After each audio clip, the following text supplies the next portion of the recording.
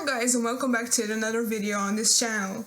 My name is Nina, and today I'm gonna show you the solution for a problem that was bothering me for at least a month.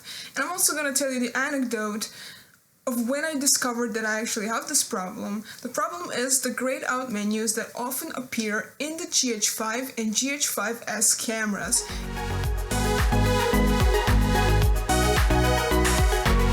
Trouble and issue this camera was facing was the photo settings. So literally the photo settings is some kind of creative mode that has lots of creative filters that you can use. When this setting is turned on, it literally blocks the entire menus from working, because that setting cannot work with other settings. It can only work on its own. Therefore, when this setting is turned on, everything else is turned off, literally grayed out. Find the photo settings in your menu. It's somewhere down there.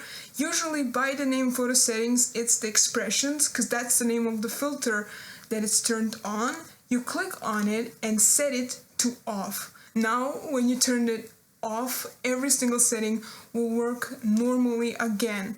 If you like this video and you find it useful, then make sure to subscribe to our channel.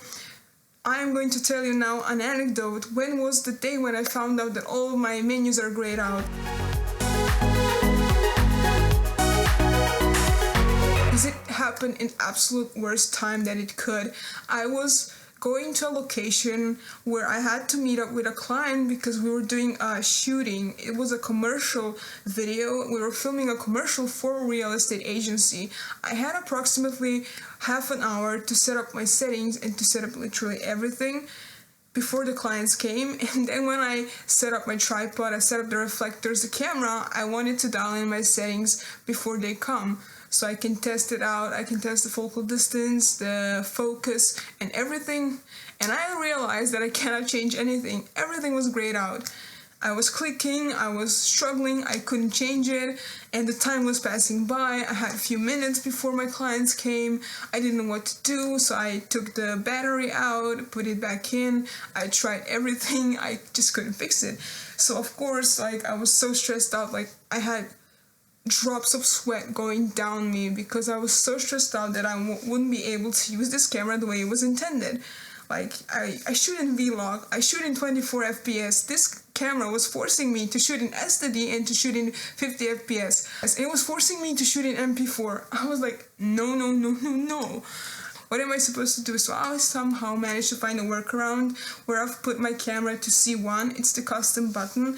And after putting it to C1 and changing the file format from the MP4 to MOV, I was able to dial up my settings. Not everything, because a bunch of other stuff was literally grayed out. I could only change the FPS and I could only change the profile mode, which was amazing. So I switched it to vlog and I switched it to 24 FPS.